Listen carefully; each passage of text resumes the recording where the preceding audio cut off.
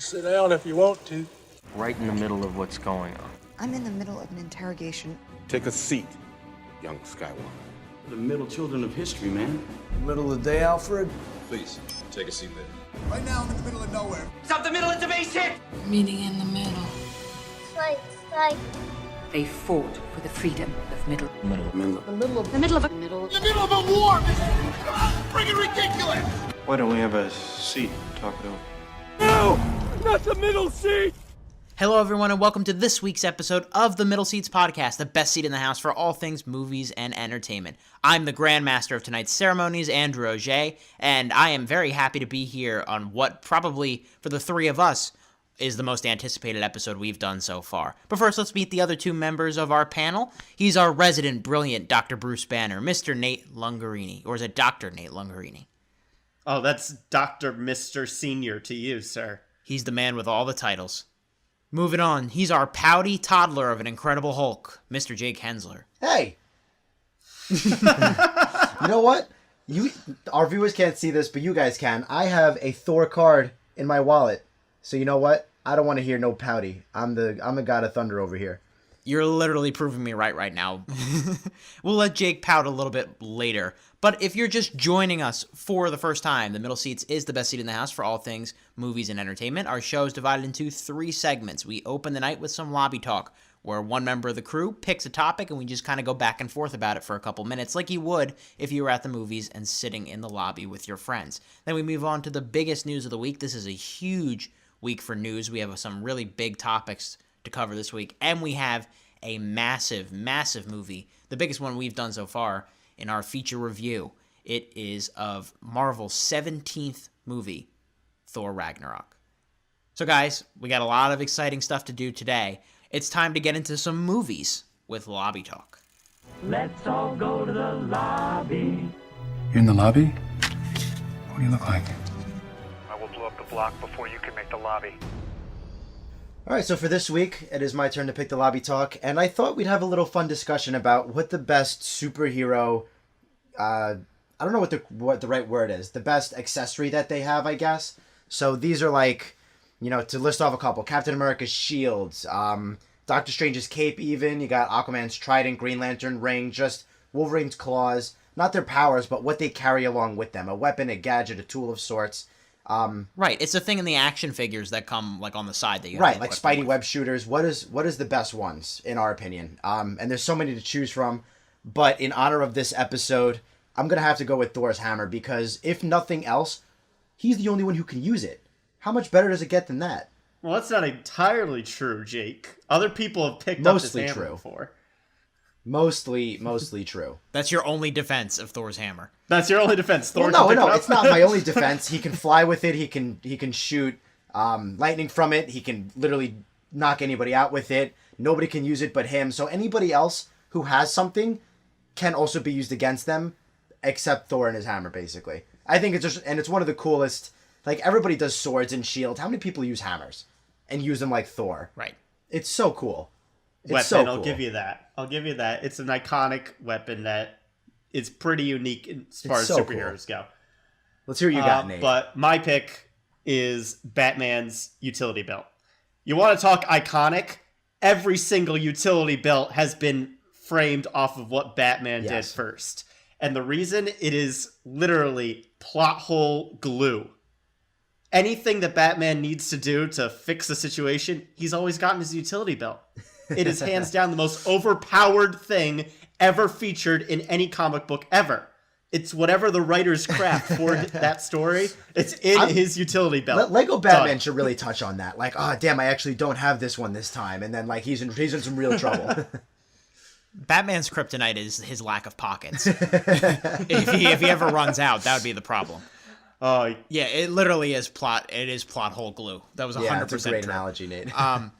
The thing I like about Thor's hammer the most that is the density of it, and the movies use this really well, where he'll put it on someone and they literally can't they're stand. Screwed. I love it. Yeah, I was thinking there's no correct answer here because there's so many. Okay, mine's right. Are we doing this again every week? Are you gonna do this again? Oh my god, every week. But I was thinking as far as functionality in the real world for me, and thinking about what would be useful in my day-to-day life. And that's kind of a boring... Oh, yeah, Andrew wants to take a rational approach to superhero weapons. Yeah, exactly. That's where we're at right now. And I went with Wonder Woman's lasso. She's been the hot big thing this year. It's not the most threatening weapon. It's not the most functional weapon in combat. However, in day-to-day social interactions, and even if we're going to go to as a superhero, interrogation, getting answers that you need, it makes anybody that's wrapped up in it tell the truth. And that, I think, is such a useful functionality in everyday life that would make everyday life 10 times easier. You would lose a lot of friends really fast, because I don't trust you, Jake. Here, tell me, did you steal my cookies? Well, no, when in doubt, I did steal your really cookies. quick. That is me. I would absolutely be stealing your cookies. I would admit that. But I would know who my true friends are, because who would touch my fucking cookies? I would, but I tell you. I would always tell you. Would you, though? After the lasso or before the lasso? No, I would tell you before the lasso. You might find out a couple other things with the lasso, but I'd tell you the cookies way in advance. Right. No, I agree. The lasso is very cool and it's unique, and it's something people might not think of right off the bat. Like Batman, obviously Nate thinks he's right, but Batman is one of the first things that would come to mind for anybody. Iron Man's suit is another one that would come to mind. Wonder Woman's lasso is Iron not Man's the suit first is the thing. same thing as Batman's utility belt, where it literally could do anything he needs it to. Yeah, Yep, everything I'll is agree with thought that. out. Like even when Ant-Man climbs in during the Civil War battle, he flushes him out just because he's thought of everything. Like the suit has everything. But Wonder Woman, I was going to say, one of the low-key best uses for Wonder Woman's lasso, flashlight. It glows all the time. That's true. Yeah. not my first You never thought, have to worry about finding your phone again, Drew. Not exactly the best stealth thing to have. You know what we around, haven't but- talked about Wonder Woman utility-wise? Her invisible jet has not been used yet. Right. She doesn't have her license. It's one of those things that I don't think is ever going to get picked up by movies. It's just so ridiculous. Yeah, even in a superhero world, it's ridiculous. Oh, Family Guy did a good spoof of it where she's in the invisible jet, but she's actually in the bathroom and Superman's flying along and it's like, oh, I'm sorry. So did the Lego one. movie. Yeah. To the Batmobile. Damn, invisible jet. Damn, and like nothing explodes, but she says it does. Damn. It's a kid's movie, Jake. They don't say damn. Okay. I know. They say Sure. dang it. Okay, Nate. Mr. Dad over Nate, here. I'm gonna have to put you in. You're gonna have to go in timeout soon.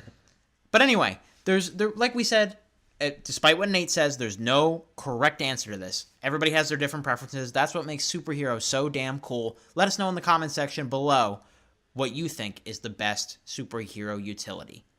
So we're gonna get into some superhero movies later in the show, but first we gotta talk about some news. And this just in, a Newsbreak special report. This is breaking news. I've just been handed an urgent and horrifying news story. So the theme of this fall in Hollywood has been allegations and sexual assault and people coming out, and possibly the biggest name yet, Kevin Spacey. What a week and a half he's had. He's been completely under fire. It first started last week when Spacey was accused of sexual harassment by Star Trek Discovery actor Anthony Rapp. This was back in 1986 when he accused Spacey. Spacey apologized on Twitter, officially coming out as a gay man. Since then, multiple others have come forward accusing him of homosexual sexual harassment, including multiple people from the set of his Netflix show House of Cards. House of Cards has had its production suspended since. It's not clear whether they're going to finish filming what has already been announced as the final season. Spacey has been fired, so Frank Underwood, the main character of the show, will not be returning if there is a final season. If that wasn't bad enough, All the Money in the World, Ridley Scott's new film with Kevin Spacey starring in it, he was going to get a big Best Supporting Actor push. Now it's unclear what the status of that movie is. We know it's been pulled from contention at the AFI Film Festival. Basically, Kevin Spacey's name is as blacklisted as it can come right now in Hollywood. And what a shocking turn of events in the last 10 days or so. A lot to digest here. Nate, take us through it as best you can, how this story has impacted you. Yeah, so we said that we would come back to the sexual assault stories soon, and this seemed like the biggest time to come back to this story. Because when we were talking about Harvey Weinstein a couple of weeks ago, this was just some producer that the average moviegoer doesn't even know or care about. He looked like a creepy guy, and we were fine to throw him under the bus, and cast him out. For this story, this is really, really huge because Kevin Spacey is a well-acclaimed actor, beloved up to this point. When we were talking about best actors a couple shows ago, I was actually seriously considering talking about him because I thought he's great in his performances. So this is the first major case of someone who is well respected in the industry being caught up in this scandal. And sometimes it's really hard to remove yourself from the performances that character's given and say, wow, this guy's a creep and deserves to be punished for it. And it actually took me a couple days to kind of come to terms with that, understanding that, wow, I may like this person's characters and his performances, but this is not okay. And I'm really, really glad that Hollywood and these other places are taking everything so seriously. You raise a really, really interesting point here that I think is probably the most interesting direction that this conversation can go. Because obviously, Jake, if I throw it to you right now, you're going to say that sexual assault is bad and this is shocking and everything. But Jake, what I want you to address more, and obviously you can say whatever you want, but how do you separate the artist from his personal life?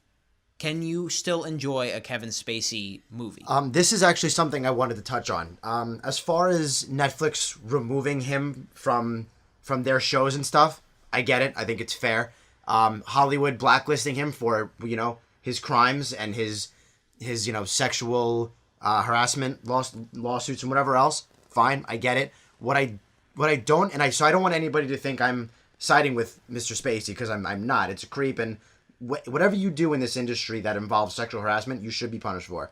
What I don't agree with is the talk of revoking his Emmy. He earned that based on his hard work and great acting performance. So maybe he's a shitty guy. Maybe he's a douche. But that doesn't change the fact that he gave great performances. So I think there is a world where you can separate them. Now, if you choose not to work with him in the future, totally understandable. But I don't think it changes his accomplishments as an actor, as a profession. So like taking away his Emmy, or, if they try to take away his Oscars, I disagree. I disagree because it doesn't change the fact that he's a good actor. You could be the biggest asshole in the world, but if you accomplish something, you still accomplish something. Right, if you're still good at your job. Right, which he clearly is. That's why we're talking about him. He's so good at his job. It's a big deal when we find this out about him. Yeah. So if he doesn't get great work for years to come, if he loses this Oscar push, if he loses his biggest Netflix show, fine. I don't have much of an issue with that. But whatever his past achievements were, I think we have to let be and separate them for now. But whatever punishments he's getting in the now, I think should stay in the now. Right. It's just it's so hard now because those are so many great performances that he's given that is there any way to watch them without feeling completely, kind of guilty? It's hard. You can try to separate yourself as much, artist and personal life, as much as possible, but there's always going to be that stigma now. Especially when some of his best performances have been really creepy roles. Right. Like Seven, his work in House of Cards. Right. Usual Suspects. All of that. Usual Suspects especially, yeah. American Beauty. That takes so many bad tones now. I know, and that's what I'm talking about. It's more of a shame because I think his performances in American Beauty and The Usual Suspects are borderline amazing. But now when I watch those movies in the future, there's going to be something in the back of my head that goes, wow, what a shame. Mm-hmm. How awful, how sad is this? And this went on for years, apparently. Yeah. One thing that I want to touch on that's kind of concerning me about all of this is that with this story, Hollywood and the media and just regular society have taken this and gone full nuclear on Kevin Spacey when the story is still just accusations. Now, I have no doubt that Kevin Spacey is guilty of what people have accused him of because he admitted to it essentially on Twitter. But I can see in the future where there might be someone who just really hates an actor in Hollywood, and I'm going to shame him by making up a story about how he assaulted me. And you're not guilty until you've gone through the trial, so to speak. And in Harvey Weinstein's case, it is going to courts. And he's going to be found guilty, and he deserves to be punished for that. But I'm worried the punishment... Right, he may never work again. But I'm worried that if we continue to treat people like this, where we punish them before the crime is proven, innocent until proven guilty, then it's a slippery slope. And it could cause some real backlash when it's undeserved. It's a really touchy, really hard balance to walk. Versus because it's very hard to, do the innocent till proven guilty thing, and also, I believe the victims. You know what I mean? Like exactly. And you want victims to feel comfortable coming out and saying that something happened. Right. That's been the problem in Hollywood for decades now, and that's why Harvey Weinstein got away with what he did. That's why Spacey got away with what he did.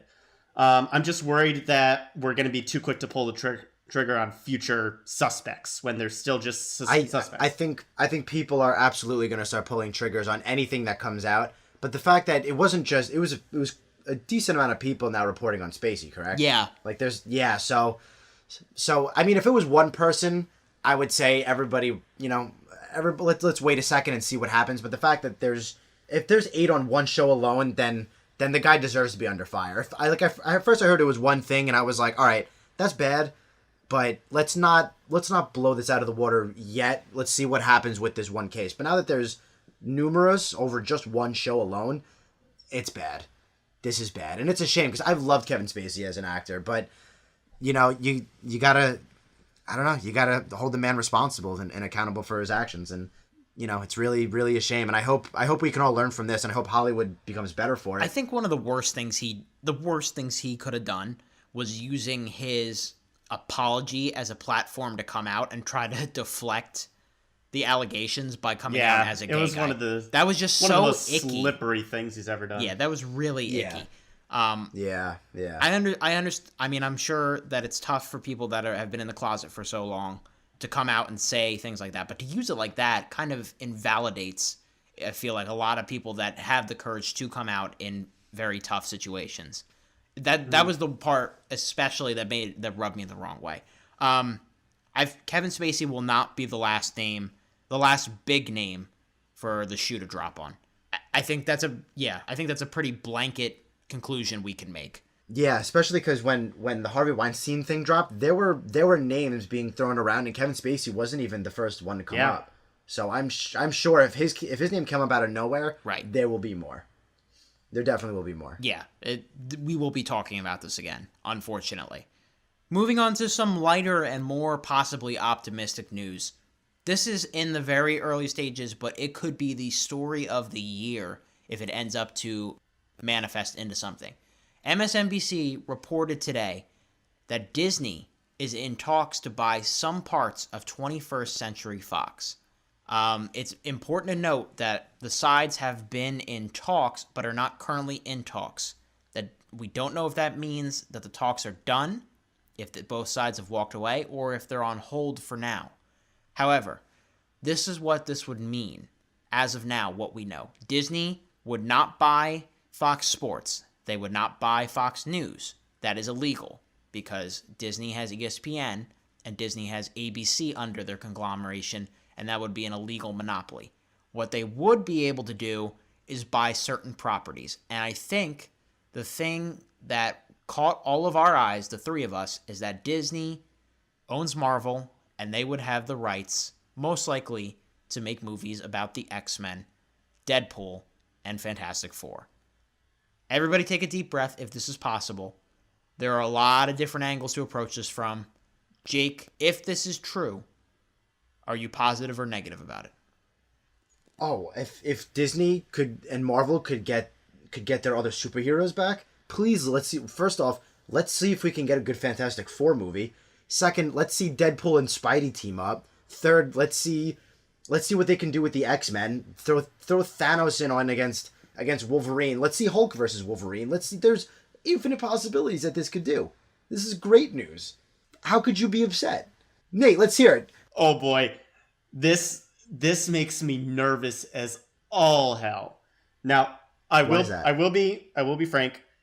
What 21st Century Fox has done with superhero movies has not been universally good. Some of their X-Men movies have been pretty flat, but Fantastic Four in particular has not been great ever. Deadpool was their one big breakout, followed by Logan this past year.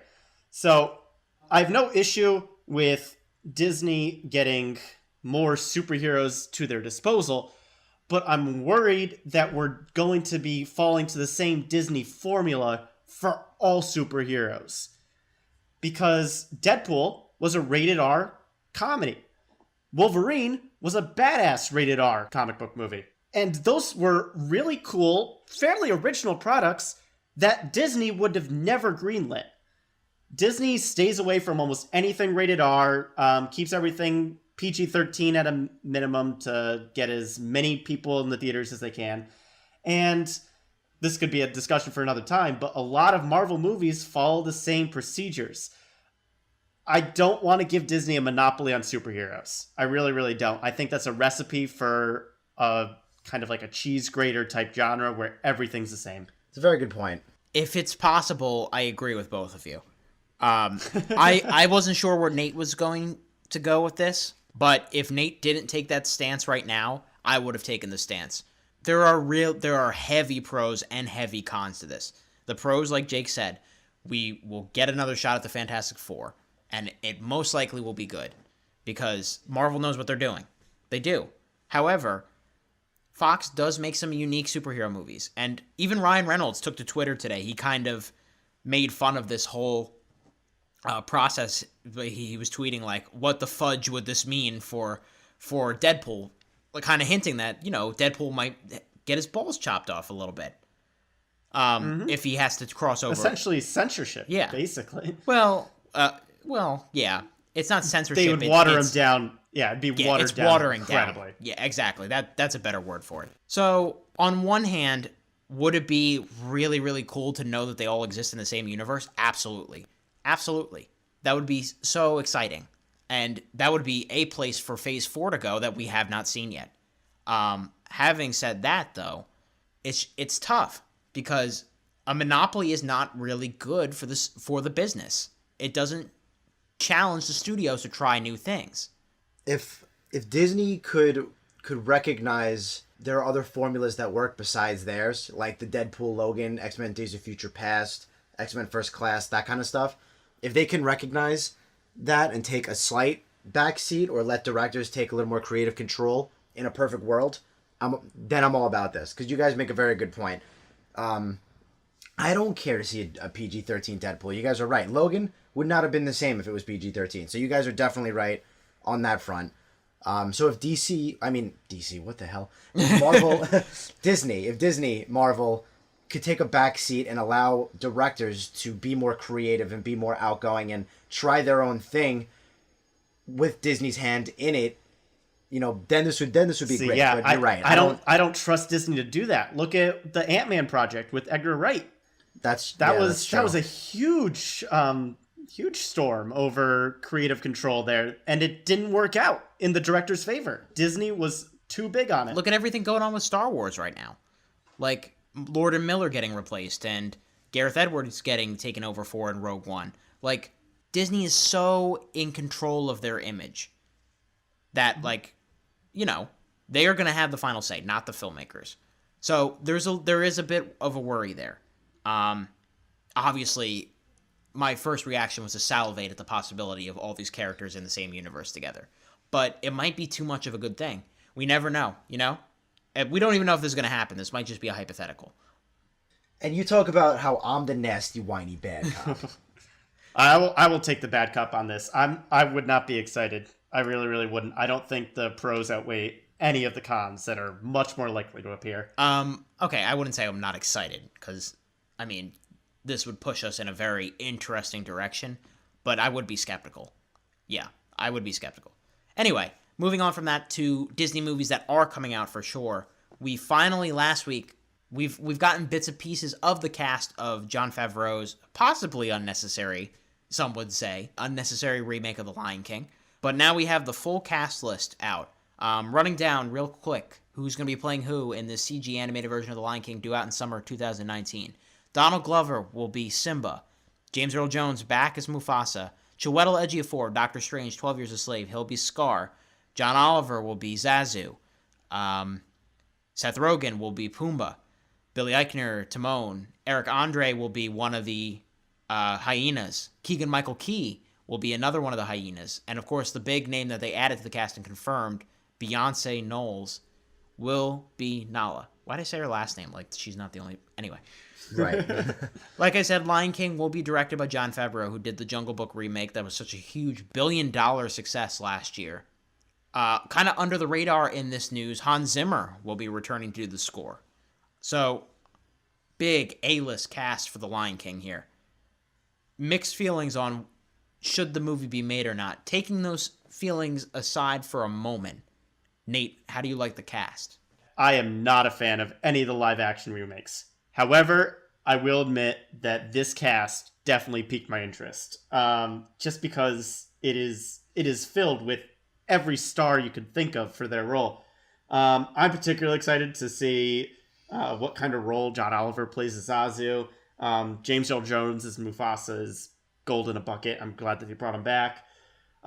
Very interesting to see Andre and Key as the hyenas, but not their respective partners at any point in the movie. Like Key and Peele without Peele is kind of interesting. But either way, comedic-wise, this is a stellar cast. I'm going to kind of reiterate that for a second, and then I want to ask you guys a question. Well, first off, James Earl Jones obviously is one of the greatest voice actors ever. He sounded like he might have struggled slightly in Star Wars Rogue One. Do you think that's an issue in here? Do you think he could struggle as Mufasa? Very good point. Very, very good point. I'm a little nervous about that. Otherwise, phenomenal casting. I love Timon and Pumbaa, like choices, like everything they did with this, casting-wise, is great. I'm a little nervous about James Earl Jones' age, and then I have a follow-up question for you guys. But tackle that first. I'm not as concerned about Mufasa, per se, versus Darth Vader. Darth Vader, it's such a specific way that he's saying the lines, whereas I feel like James Earl Jones is just being James Earl Jones when he's playing Mufasa, if that makes sense. Like his Darth Vader voice has to be more ominous and like booming, and you have failed me for the last time. You know what I mean? Whereas Mufasa, and not a teenage girl like Drew just sounded. Oh, come on, that was pretty. That was at least like a 4 out of 10. Yeah, that's fair. But I'm less concerned about it for Mufasa, personally. So what I want to ask you guys is, why are you, and both of you, why are you so against the live action movies? Because not that I love them, but I feel like they're harmless. If they're good, great, and if they're not, whatever. I'm not really leaning either way. Why are you both against them? I would have rather Disney worked on an original product that makes me fall in love with new characters instead of characters that I already love. Okay. Just in a new setting. As Nala would say, yes, queen, yes. I 100% okay. agree That I can buy, because for me, I thought Beauty and the Beast was decent. I thought it was all right. Jungle Book was also pretty good. Why are we wasting our time with like fucking all right though? I mean, Jake, there's like a dozen of these. I know, coming. and I don't really care either way. I think they're fine. Just remaking I think the 90s. It's interesting, at least. I don't dislike them like you guys do. See, I don't. It's whatever. I don't care. I don't dislike all of them. I like the Jungle Book a lot. I know you do, but you're adamantly against this whole movement, which I don't understand. I was against it when Maleficent started, and that was an actual original story. I hated Maleficent. It was a bad movie, but at least tried something new. And then they said, okay, this didn't work. Let's just do stories we already know people like. And now they just remade movies over and over and over again. Jungle Book actually changed the story. A little. It did. A little bit. That was enough. I gave Jungle Book a bit of a pass. I like Jungle Book. But Cinderella was okay. Maleficent was just bad. It was a bad movie. Alice in Wonderland, don't get me started. And they're just remaking all of their movies. Like, what are we gonna do in 20 years? There's not gonna be anything to remake. You know what I mean? Original movies will never be completely gone. That's just a narrative that is not correct. That will not happen. However, it's overkill at some point. Like, and this is the coup de grace of overkill for me, because this is one of the most perfect movies ever made, in my opinion. Mm-hmm. So what could possibly come from this? The very best scenario is that it's just as good. I don't see the point of making it unless there's a potential for it to be better. Mm-hmm. I just don't. You know what this one's cashing in on, Drew? The people that are going to flock to see Beyonce in a role here. Yeah, casting Beyonce was a power move for them. Well, oh my God. Yeah. It just tripled. Yeah, and you know, people love Seth Rogen. People love John Oliver. Recasting James Earl Jones. Like, they did a phenomenal job with all of this. It is a good cast. It is a really good cast. And Jungle Book director Jon Favreau is back. So the one you like, they got him back. Yeah, I don't think it'll be a bad movie. It is just a supremely unnecessary one, in my opinion. It's supremely unnecessary. It's there for Disney to put $2 billion more dollars in their back pocket. That's it. That's its existence. Speaking of Disney making $1 billion, that'll do it for our news segment, potentially making $1 billion at least. And that'll move into our review. It's time, guys, for some Thor Ragnarok. So much has happened since I last saw you. Hela, the goddess of death, has invaded Asgard. Oh, I've missed this. I need to stop her here and now to prevent Ragnarok, the end of everything. He's a fighter. Here we go! What were you the god of again? This will be such fun. That was a piece of the trailer for Thor Ragnarok. It is the 17th film released in the Marvel Cinematic Universe. It's the third Thor film after the original in 2011 and 2013's Thor: The Dark World. And it's directed by Taika Waititi, who is an indie director. He's from Australia. He's best known for writing and directing horror comedy What We Do in the Shadows and last year's excellent comedy Hunt for the Wilder People. Thor Ragnarok takes place about 2 years after Avengers Age of Ultron, which is the last time we've seen the God of Thunder, Thor. It's Chris Hemsworth's 5th time playing the character in a full capacity, and he's trying to prevent Ragnarok, which of course is the apocalypse of Asgard. The cosmos are in chaos. Loki is secretly ruling Asgard after exiling Odin at the end of Thor: The Dark World.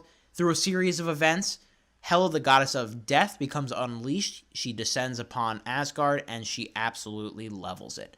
Thor ends up on a planet called Sakaar, which is made of a bunch of Ravengers and gladiator matches. He runs into the Hulk, who has been missing since Avengers Age of Ultron as well, and meets a former Asgardian warrior by the name of Valkyrie. Now, guys, a lot of hype going to this one. It's one of our big final tune-ups before Avengers Infinity War. Guys, what did you think of Thor Ragnarok? Nate, we'll start with you. I don't like Thor 1 or Thor 2, especially Thor 2.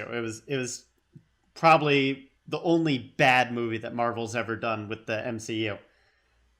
Thor 3 delivers. I enjoyed it quite a bit.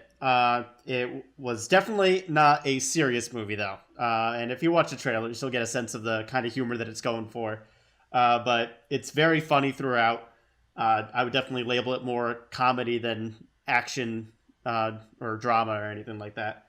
I think what this movie nailed is that Thor in isolation just doesn't work as a character. He's either too serious or he doesn't have anything to bounce off of. When you give him people like the Hulk or all the other really fun supporting casts that show up in this movie, it works because he's his own character that gets to bounce off of all these other different emotions that other characters are giving him. And overall, it works. It's a really fun, well put together movie. Jake, what do you think? I actually thought that was interesting, Nate, because going off of what you just said there, he definitely works well with other characters, but I think this was one of the best Thor portrayals we've ever seen, personally. I think Hemsworth is very good as Thor here, and I like that this centered on Thor a lot. It's his quest, it's his mission, and I think it was handled really well overall.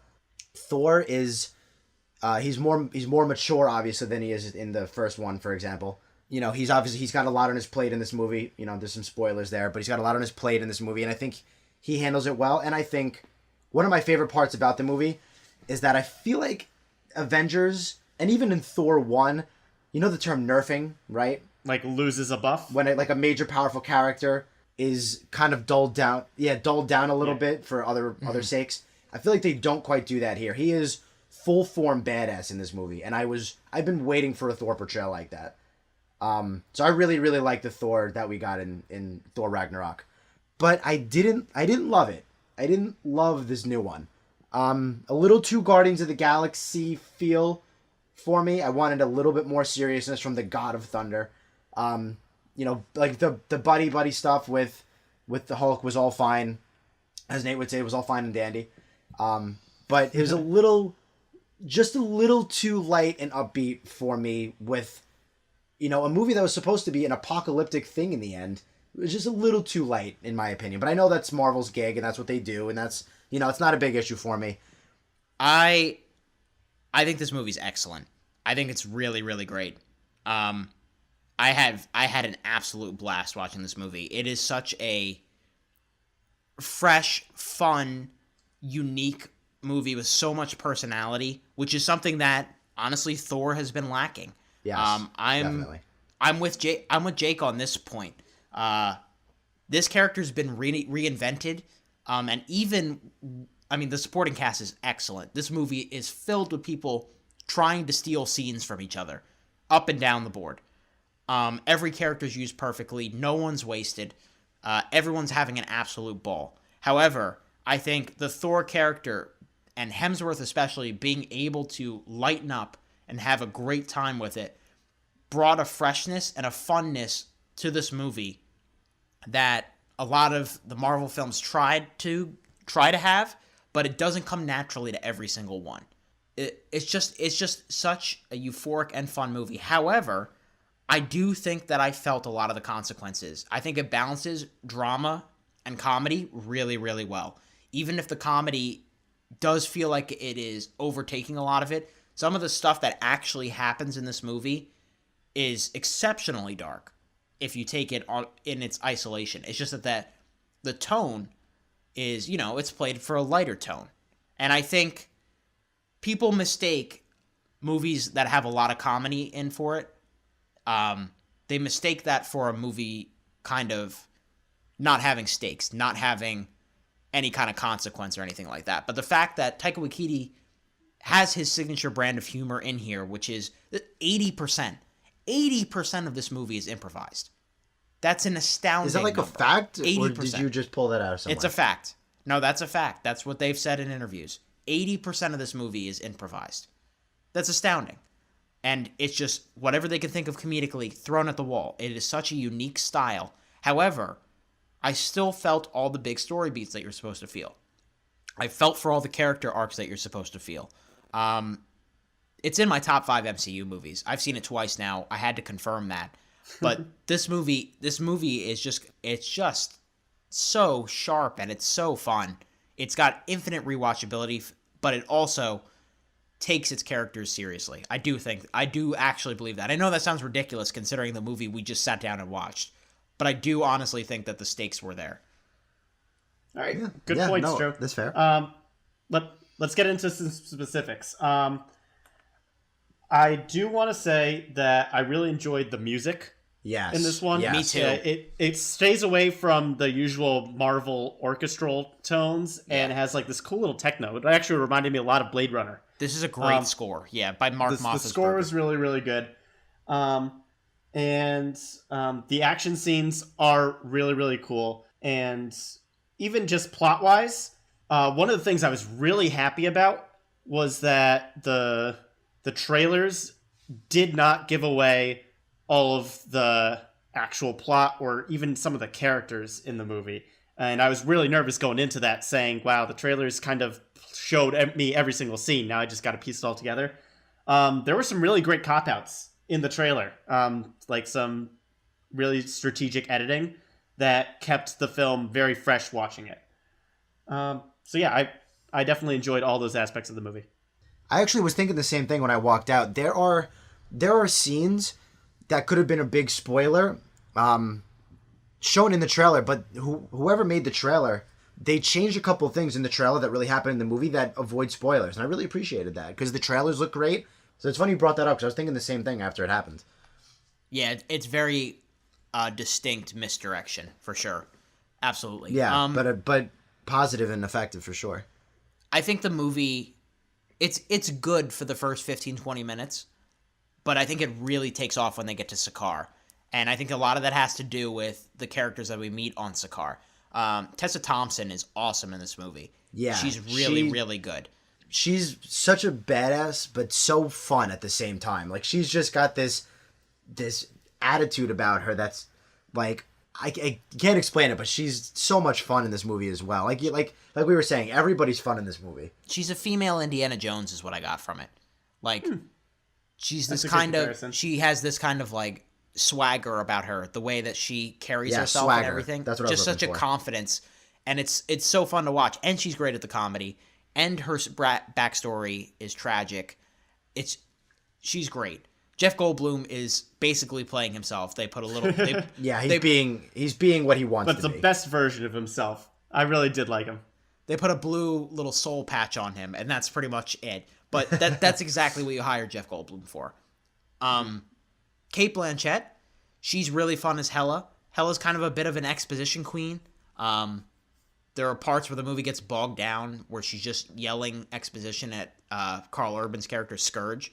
And it gets a little tedious at points. That's probably my only complaint. Yeah, actually, can I jump on this too? Go ahead. Yeah. I agree absolutely about the exposition stuff. This movie had to deal with a quite unfortunate double-edged sword.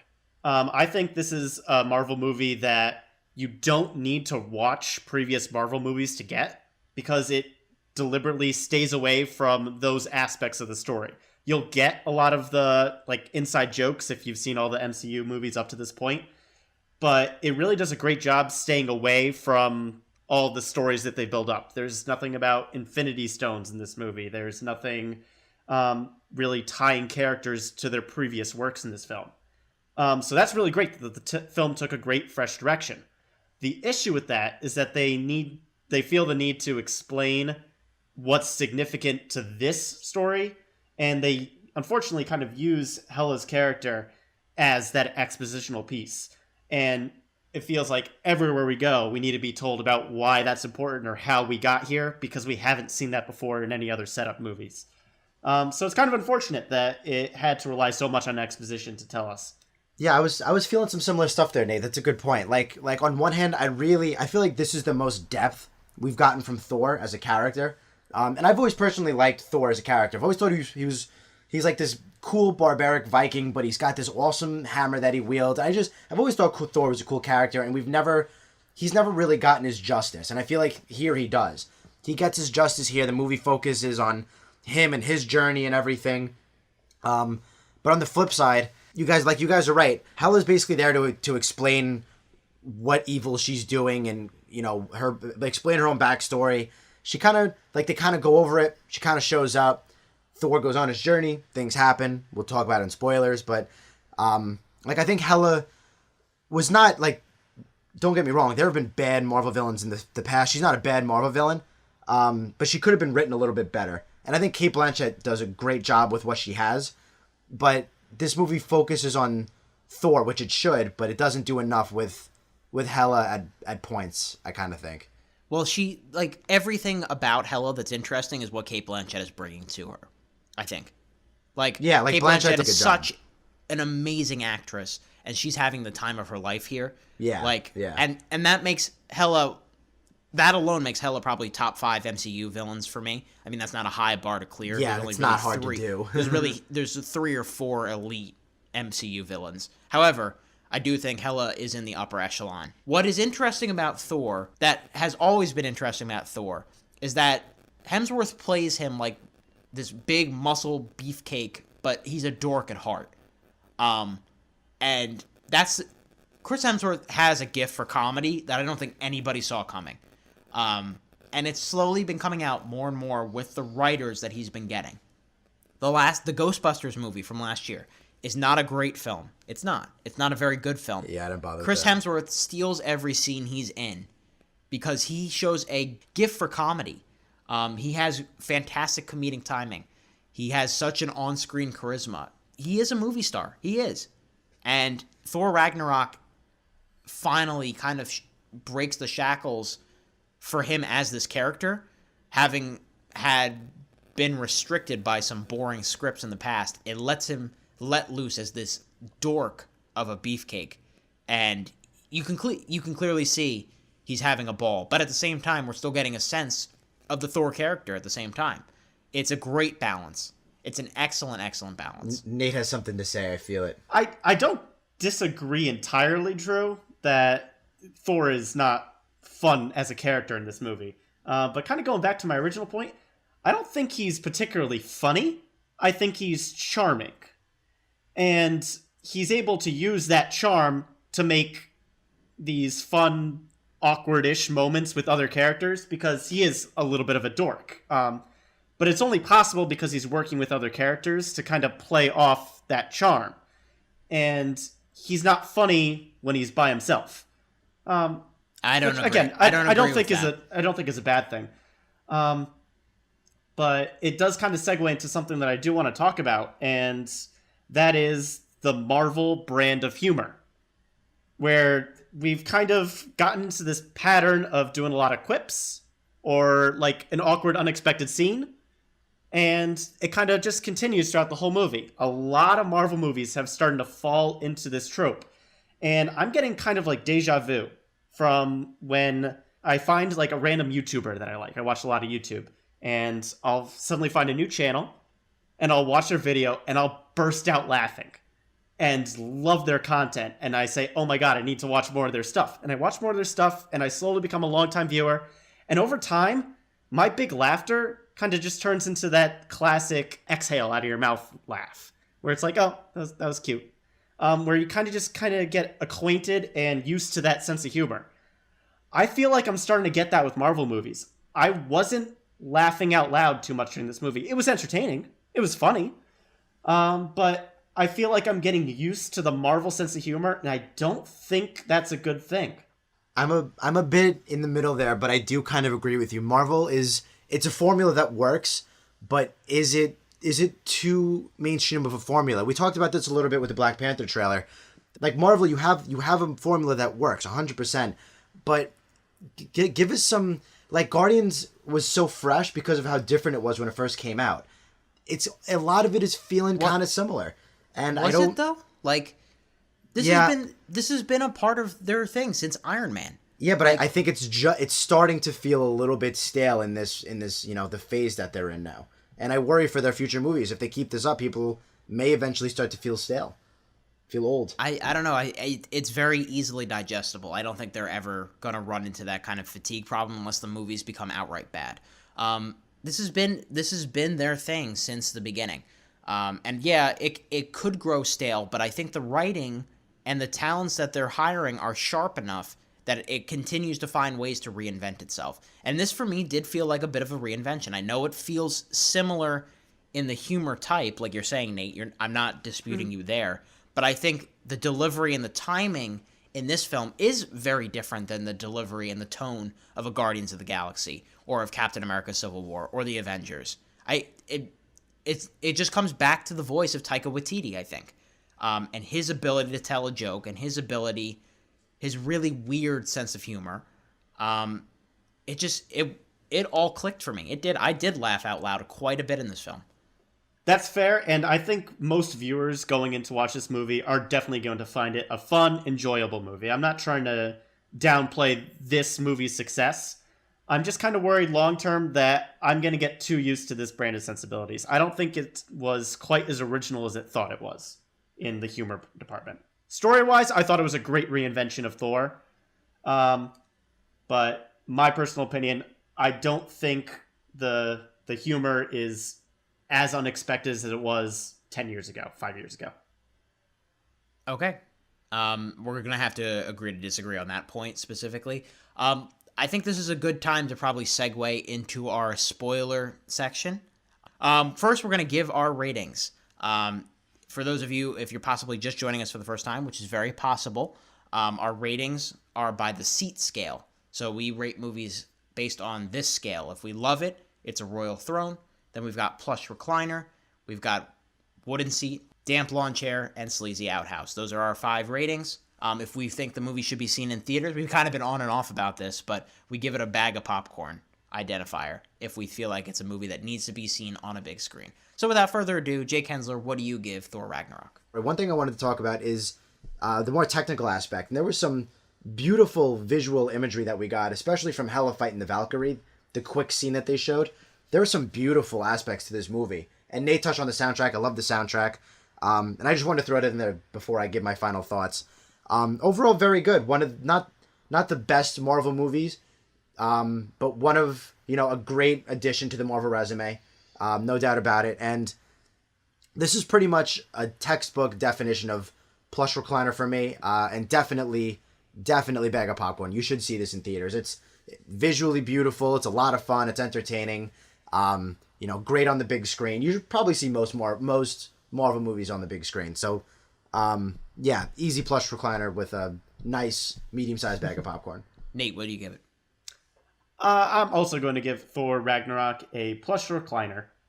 This is definitely the best mix-up from a Marvel movie in a while. The best critique I can give for this movie is that this is probably one of the most comic book movies ever made.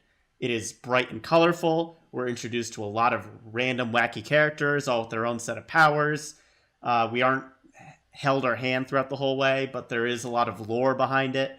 It's something that comic book fans are going to love. It's a movie that the average moviegoer who's like superhero movies is going to love, and definitely enjoyable. You're going to love the cast, you're going to love the music, you're going to love how it looks. The story's unique enough, and all in all, solid movie. This movie is an absolute blast from beginning to end. Nobody is disputing that here. For me, I think it just touched base a little bit more than it did for the other two guys, and that's completely fine. I know I've disagreed. Jake is a huge fan of Doctor Strange, I know, whereas I consider it on the lower tier of Marvel movies. We all have our preferences, but I think we all come back to agree that, these movies are all consistently very good, and they're all fun. Is the best part of it. They're fun. Ragnarok especially is just this beautiful, unique blend of humor, drama, action, music. It's from start to finish. It's probably one of the most infinitely, I feel like, rewatchable movies I've ever seen, to be completely honest. It's a movie that I can see myself going back to over and over and over again. Not that I can't with the other Marvel movies, but this one especially has that rewatch value because it's just so fun and so unique, and there's so much detail going on in the background. I'm not quite at a royal throne. I'm not quite there. I'm a little bit below that. I'm going to give it a very extremely plush recliner. Not quite the throne on Asgard it deserves.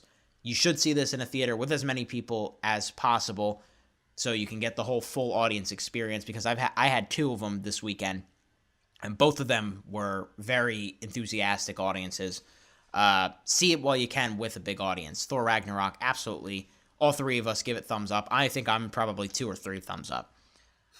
That'll do it for our non-spoiler review of Thor Ragnarok. If you have not seen Thor Ragnarok, tune out now, because there are quite a few things to spoil in this film. If you have seen Thor Ragnarok, if you're one of the 125 million worth of people in the United States that saw Thor Ragnarok this weekend, jump in to the Bifrost for our spoiler section. Whoa! Oh, spoiler alert! Spoiler alert! Spoiler alert! Excuse me! Spoiler alert! So guys, though this is a very lighthearted movie, at tone, the consequences of this film are pretty high. Huge. Huge. Very crazy stuff happens. Asgard, for one, they don't prevent Ragnarok. Yeah. Explodes. The destruction of Asgard. Yeah. The death of the entire Asgardian army. The Warriors 3, who have been pivotal characters in the last 2 movies, put down like they're nothing. God, yeah. They don't even have a line in this movie, do they? They say like one thing a piece and they're gone? Barely. The Asian guy gets extras. a couple lines. But the first 2 guys, Zachary Levi, who's going to be our new Shazam, he just runs towards her and just gets absolutely massacred.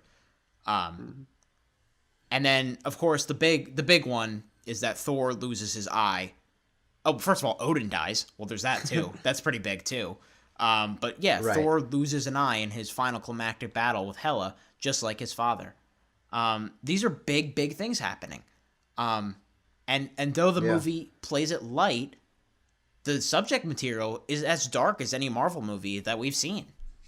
Yeah, and that's kind of something I was a little shocked about. Like, as fun as it was, and I'm okay with all the fun happening, I wanted a bit more serious tone for stuff like that. Like, Thor, your home planet just exploded, dude. Like, let's be a little upset about this. And that's not a testament to him. That's just how the movie was made. And that's what I was getting at when it was just slightly too upbeat for me. There were some serious moments that I think should have been taken more seriously, like losing an eye, like your home being destroyed. Things like that should have been a little bit more serious. Yeah, this movie is a joke a minute. And sometimes there's too many jokes in one scene, and I'll agree with you there, Jake. One of the things I did like was this movie reminded me a lot about Doctor Strange, where the way that we defeated the final villain was a unique way, instead of just, suddenly magically becoming stronger than the villain and doing something sneaky and saving the day. Doctor Strange did a great job of this one, and Thor Ragnarok did a great job here. Deliberately blowing up your planet to stop the bad guy. I did like that. That's really, really cool. That's not how I expected to play out at all. Very different. I agree with you. That was really, really great. Going back to what I was saying earlier, that the trailers didn't spoil it. I thought it was really, really cool how the trailers made it look like Hela was a giant fire monster. And when we got to the movie, and the fire monster was his own thing. And Hela never got to that final form on fire or anything. So that was a cool touch. Good editing on the trailers then to make me think that going into the movie. Mm-hmm. Is that what you were referring to about the trailer thing? That and the fact that the Thor scenes where he's missing an eye are edited in the trailer. Yeah, that's the big one. That's the big one for me. Yeah. I never thought that was Hela, actually. That's interesting that you thought that. Oh, I assumed it was like a final form kind of thing. You see that all the time in superhero movies. I thought it was like a demon Hela summons. So Thor fights Hela, Hulk fights demon. Pretty much. That's what I thought. That's what I thought. Hulk does something with that dog, and In either way, we all saw something different, and that's kind of cool. Yeah, I did appreciate that. Speaking of Doctor Strange, I'm really glad that I'm glad that he's in the movie, but I'm really glad they got his cameo out of the way in the first couple of minutes. Because I really thought that would have been distracting if they put it late in the movie. I thought he would be a bigger presence, and I think how they handled it was fine. I didn't want more or less of him. I think how they handled it was fine. I just thought he'd be in it more. Yeah. But I'm okay with it. Speaking of cameos. Let's do this. Let's do this. I am all on board for surprise Matt Damon. What is he doing? I love it. What is he doing? I absolutely love it. You know what's funny? This is the best Matt Damon movie he's had in the last 2 months. That's true. Yeah, Matt Damon movies in back-to-back weeks. Yeah, this is definitely the best one. I basically totally forgot about Suburbicon already. I don't remember much of it.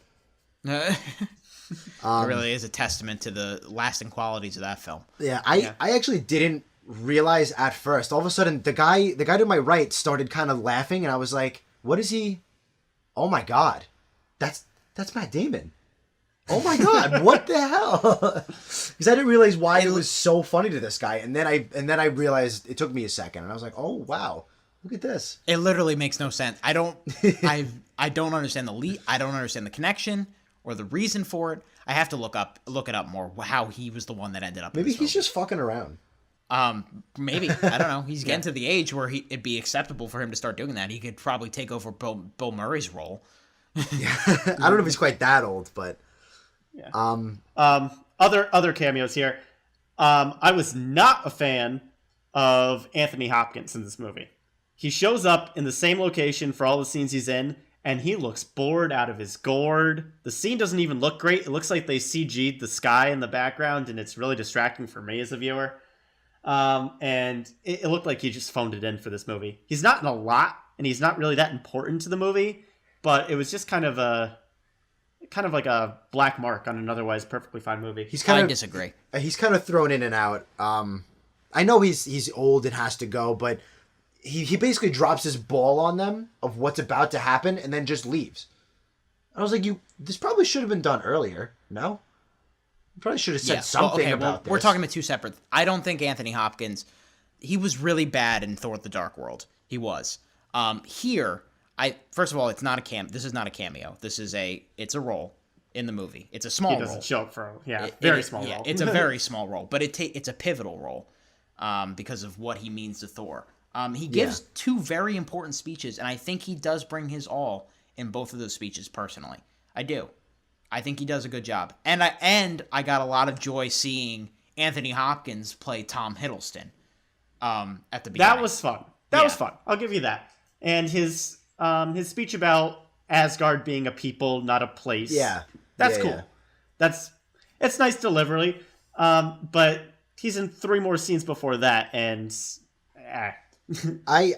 he didn't do much. I think there's a minor plot thing, and it's nobody's fault. It's just something they didn't plan or think would happen. But all of a sudden, he's about to die, and he's like, "By the way, there's your you have an older sister who's gonna come fuck shit up, and then there's a plague and apocalypse, and that's all gonna happen in a couple like very, very soon, and I'm not gonna be around for it, so good luck." And I was like, what? Isn't that kind of the point of this movie, though? This movie takes the time to deconstruct his character, to demystify him as this amazing person. Like, no, this guy was kind of a dick. Like, the movie very distinctly, that's basically Hela's purpose, is it not? Okay, but we never get any evidence of that. It's Hela's exposition that does that.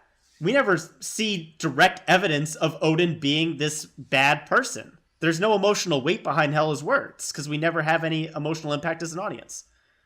I think it's just crazy that this conflict is just thrown from Odin into their hands, and then like literally seconds later he passes and in comes Hela.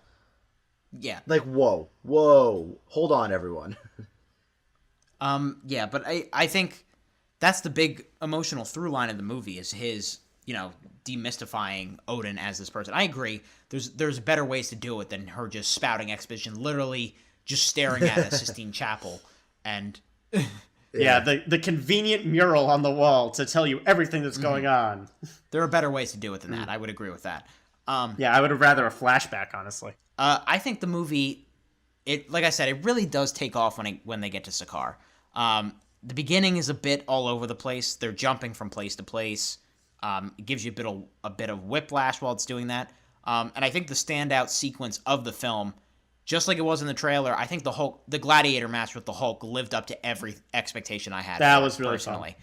I actually wanted more, to be honest. I thought it was the perfect amount. It wasn't overkill. I wanted more. Consider these two titans. These are some of the most powerful beings in the Marvel universe. I wanted a little more. Good fight though. Yeah, overall. but they fought already. Like, we don't need that much more. I mean, sort of. What are you talking about? They had a full clash in Avengers. Action aside, I thought Mark Ruffalo did a great job as Hulk. We've seen him as Bruce Banner for long enough now, but his extended role as the monster was really, really cool. He did a great job with it. Now, I have a question for you guys. Do you think Bruce Banner is dead? They do kind of skip over that. Yeah. Because he said, I'm probably not going to wake up if I turn into the Hulk again. Yeah. And then you have probably the funniest scene in the movie where he falls down onto the bridge. Amazing. That was so hands funny. down the biggest laugh of the whole audience. And then he turns into the Hulk, and then nobody goes back and says, "Hey, Hulk/Banner, are you okay?" We never have that scene at the end because the movie's more intent on getting some last jokes in. Okay, but it wasn't even really setting up like emotional conflict with that anyway. To be like, there's only so much emotion we can get out of the Hulk, I think. And they seem to spend the Avengers movies doing that. This time he's the comedic sidekick. I would agree with that. He's this pouty little toddler who all of a sudden has learned English, and Thor is not thrown off by that, apparently. But I think they used him to great effect. We get just enough of him. He comes in right at the right moment, and the movie really is better for it when he's in it. One thing I want to talk about, the whole structural part, it's very basic in structure. Like, I wanted a little bit more stakes. Like, Thor finds out what's happening, boom, he's cast out. Second act, forms a plan, forms a team, bam, goes back to Asgard for the third act, saves the day. Like, it's too cut and dry for a plot point. I wanted a little bit more. Like, I know Hela destroys their army, but, like, I needed something else, you know? Nate, do you follow what I'm saying? I see what you're saying, but do you have a proposed... Yeah, out of all the criticisms I have for this movie, this is probably lowest on the list that I can think of, and I don't even think I have an issue with the structure. I feel like I just needed more. It was very, very basic act structure. Like... Because Jake, I know you, and I know what you would say if they ventured... If they took some risks, but the risks were, like, wild and they were sloppy, you would talk about the plot holes. You know what I mean? Wouldn't you rather it be structured and tightly paced and concise than being wild and all over the place? Yes, but there's definitely a happy medium. Like Hela, give us one more thing that shows how brutal and how dangerous Hela is, other than talking about it. Okay, that's not an issue with structure. Then that's just an issue with content. You just wanted more. I don't think it's as generic as you're describing it, personally. Well, no, it's both. I think the structure, while the same, they're doing enough. They have different voices coming in and putting their different voices to it. You know what I mean? Thor Ragnarok is like this weird, like, buddy space comedy. Whereas Guardians of the Galaxy is this 80s nostalgia trip. Whereas Spider-Man Homecoming is the same structure, but it's a high school comedy. You know what I mean? They're taking different elements of the same kind of tone, but putting unique spins on them. And Thor Ragnarok is the latest in that line, and I think this is probably one of the more unique spins that we've gotten so far. Like, think about the first two Thor movies, where we spent so much time on Earth, and it just felt like, we're going through the motions of every other blockbuster. Whereas this movie is unabashedly weird throughout. That's true. I think I kind of rest my case on that. I think I've said as much as I can on on the structure. I think so point. too. And I guess if we want to do some quick final thoughts, I think there's a Thor changes big in this movie, and I think setting up Avengers 3 with him, I like who he is as a character going into Avengers 3, because as far as talking spoilers, he spends the whole movie without his hammer and learning. And it's almost like they kind of touch on it. He almost has like this romantic, poetic partnership with his hammer. But he finally gets away with it and discovers himself without it. And I think that's a big change and a good change for this character. He loses his planet, his trusty hammer, his father, and he learns to grow through it all and becomes the king arc for him to go into Avengers 3 with. I like where they're going with him. Nate Lungarini, final thoughts on this movie? Yep. Again, like I said, this is probably one of the most true to the comics in terms of tone that you could get. And Thor's great here. Hulk's great here. The rest of the supporting cast is all really, really fun. I definitely think this is a very comedic movie. Possibly too much for its own good. That's up to personal preference. But in terms of the worlds we explored, the music we hear, the action we've seen, just the twists and turns of an out-of-the-box plot, I think this is a great superhero movie, great addition to the Marvel franchise, and looking forward to seeing what they do with the rest of the characters. Jake, do you have more to say, or was that kind of your final thoughts before? More or less. I feel like I get off the fact that I didn't like it, because I liked it quite a bit. I finally compiled my thoughts and had some criticisms that I wanted to go over, but I did really like this movie. It's not, I wouldn't say top 5 Marvel, but probably in the 6 to 10 range, because I did really, really like it. It was really good, like most Marvel movies are. I was just surprised by a couple things, I guess, but generally, no, I really liked it. Everybody should see it if you like the Marvel movies. Right now, off the top of my head, if I were to do a ranking of the Marvel movies, Avengers is my favorite. Then I would do probably Captain America Civil War, then Captain America Winter Soldier, and then after that, I think it's Thor Ragnarok. I really do. I need to give it a little bit more time, because Thor Ragnarok, Iron Man, and Guardians of the Galaxy are all really close bunched together in my head. And we'll see how time, already on a second viewing, Thor Ragnarok held up extremely well for me. But I'll have to give it a little bit more time to see if it's as timeless as we know Iron Man is going to be. It is just a profoundly entertaining, fun movie with so much swagger, so much confidence. Taika Waititi is one of the hottest names to look for going forward in Hollywood. He does an excellent job here. He's a great visual director. He's a fantastic joke director. It's clear that people love working for him. I hope Marvel collaborates with him again in the future.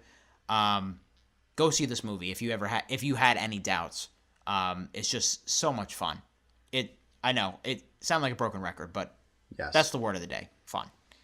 The secret word.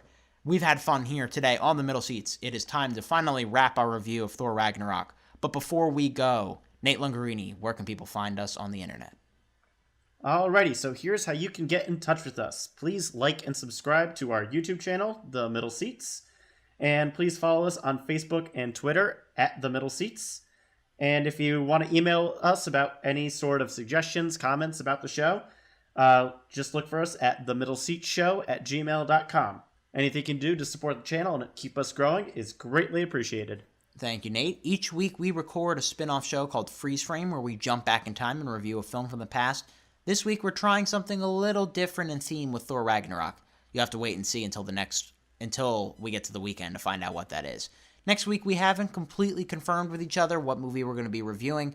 I expect it to be Kenneth Branagh's adaptation of the Agatha Christie mystery novel Murder on the Orient Express, starring half of Hollywood. That'll do it for us. For Nate Lungarini and Jake Hensler, I'm Andrew J. Keep that seat warm, everyone. We'll be back soon.